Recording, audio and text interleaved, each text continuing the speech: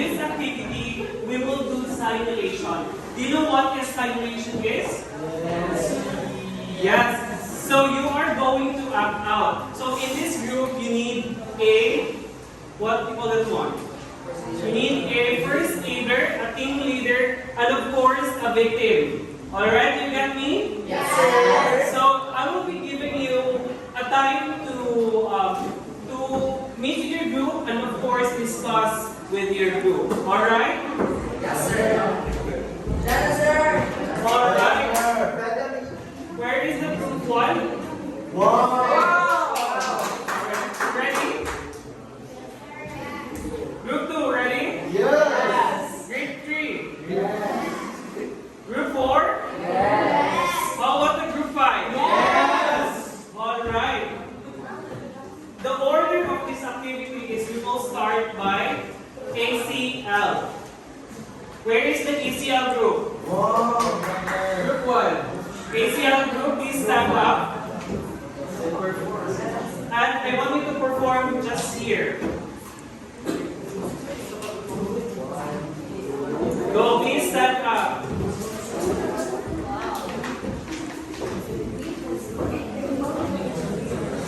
Alright. Everyone, I want you to observe what we have did. Or what they will going to do. Alright.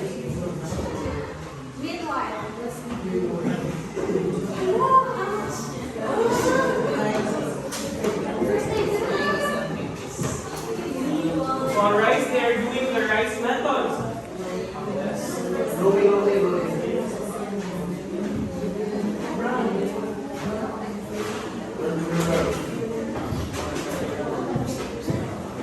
Very good. You really did well. Group 2? Alright. Group 3? Group 4? Very good. So, and how about the group 5? Perfect. Since we're done with our activity, so I'm asking someone. So, do you have, if you are a trained first aider, are you willing to help even without pay? Yes. Yes, Nathan. Yes, sir. I'm willing to help this person if I have the knowledge and if I have the power to help this person because helping someone in change not just their life but also their perspective in helping other people. Yes, that is such a kind of you. And I hope you will still doing that every day. Yes, sir. Another hand? Another hand? Ruben, sir. Yes, Ruben. Sorry, what's the question? The question was, if you are a trained first aider, are you still willing to help even without pay? Yes, it is because it is your will to be trained and to undergo seminars. Because if you are trained well, then money should not be included, not unless if it is your trabaho, if related siya sa work. But if outside work, then makita ka someone na na-injury. So you should, or you will, will bitaw ang matawag sa katawan without an exchange of money. Thank you so much. Ryan. How about from this group? Agili, sir. Agili. Yes, Chaska. Are you willing to help without pay?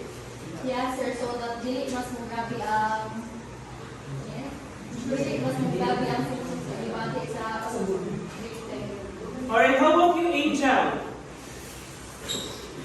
Yes, sir.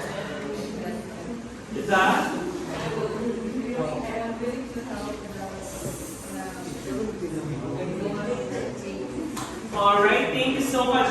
So, if there is any chance that you are involved in a dance and your co-dancer got injured, what will you do? Or what is the first thing that you will do? What is the question again?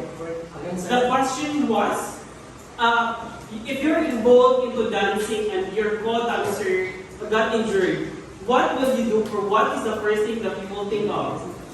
Danny, please stand up. The rice method, sir. Very good, rice method. Yes, Leia. So based on the previous discussions, sir, I think it would be better being good kanang price method. So since ito na yung price method, it is important to totally embrace the victim. So what is price method, guys? Are you familiar with price method? Yes. So what does P stands for? R. Yes. I. Eyes. C. Yes. E. Elevate. Alright, you got it right, class. So I think you're ready for our activity. Do you have any question before we proceed with our activity? No, sir. Alright, since there is no question, I want you to get 1/4 sheet of paper.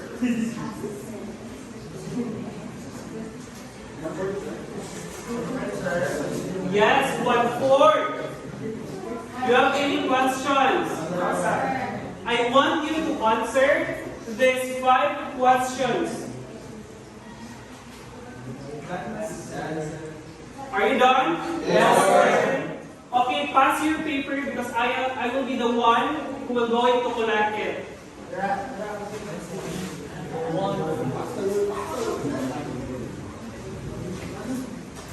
Alright. So, I guess that would be our end of our discussion. For your assignment tomorrow, I want you to study in advance the chronic related injuries of the dance. All right? Yes, sir. Do you have any more questions? No, sir. So since there is no question, goodbye, class. Goodbye. Thank you, sir. All right. Before you leave the class, please check if there is another instructions behind or under your chair. Behind the bottom. Thank you so much. All right.